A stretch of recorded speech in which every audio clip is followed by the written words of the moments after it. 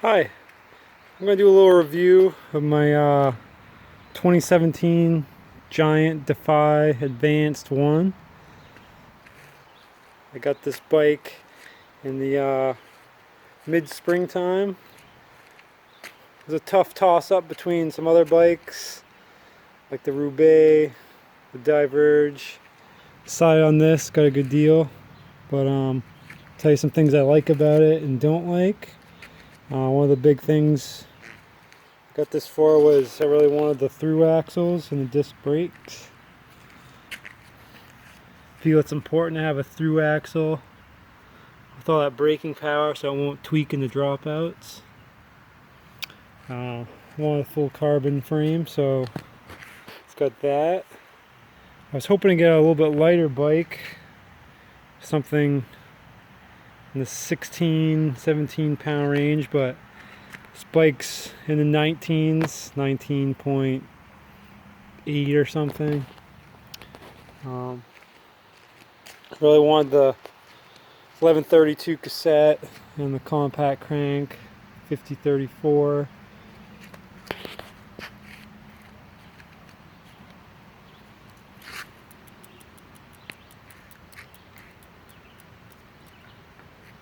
It's got a lot of tire clearance. It came with 25 wide tires. I plan on putting some 28s on it.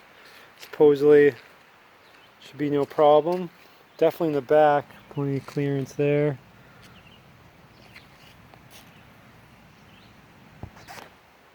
Clearance for days right there. Front,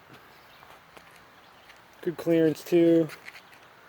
Not quite as much as the back, but I'll be happy with 28s in there. I ride a lot of rougher back roads.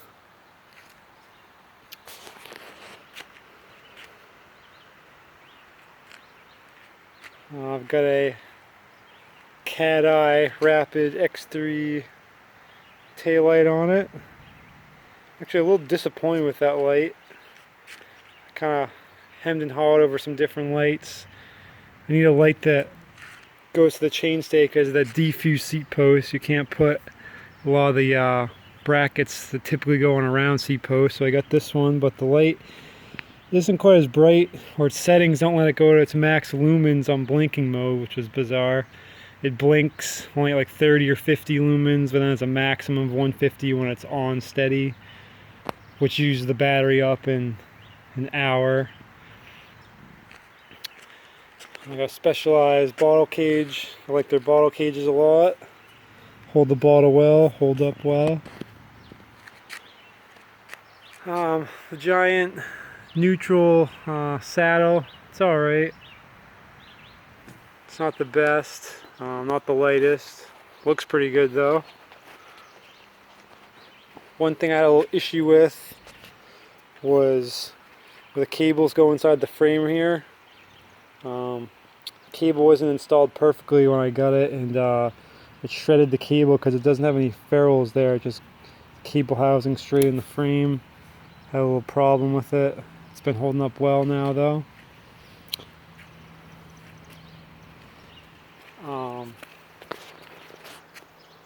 I kind of don't like how the braze-on mount interferes with the bottle cage, and you have to have these little spacers there pushing the bottle cage away. It's not the end of the world, but I don't think it's the cleanest setup. A lot of people complain these wheels are heavy. They don't really bother me too much. Maybe someday I'll get a lighter wheel set. I've got a good 30 mil deep profile and 17 mils wide. They make these 25 tires fill out a little better than most. The brakes really strong, almost stronger than you need in a road bike. It was something I was thinking about. Should I get a rim braked bike or a disc? I mountain bike a lot. I like having powerful brakes, but honestly, I don't ride in the wet too much unless I get caught in the rain, and some rides I barely even use the brakes, but they're there if I need them. This giant bar tape is bothering me. I'm looking to upgrade something with a little more cush to it.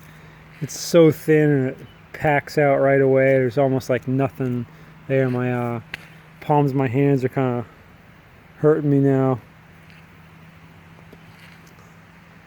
The stem, not the prettiest thing. It's a 110 mil stem. It came flipped. I flipped it up to get a little more comfort. I might flip it back down. Defuse seat post in that D shape. It's kind of cool. It keeps the seat perfectly aligned. No seat post clamp. Still nice cover on it. But I don't think it's the. I think it's a lot of hype, honestly. Bike's supposedly a real compliant bike. I haven't really ridden too many more race category bikes. I was thinking of getting one, I ended up not. Honestly, it feels kind of harsh to me on some rough back roads, but I guess that's how it is.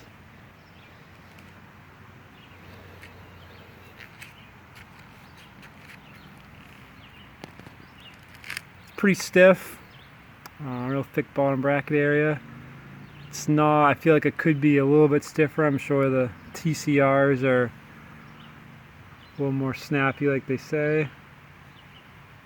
I'm running basic Shimano Road SPD pedals. I think they're the old 105 version. I like them. The paint on this bike, oh, that's something. Love the color. I'm all into high visibility yellow, but it's got this flat finish that doesn't clean very easily. Smudges. It's like, see that right there?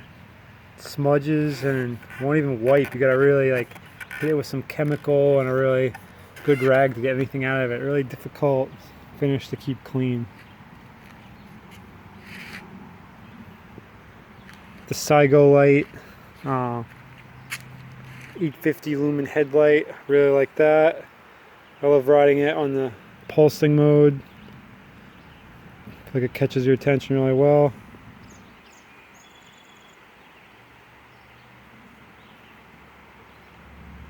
Pretty lightweight.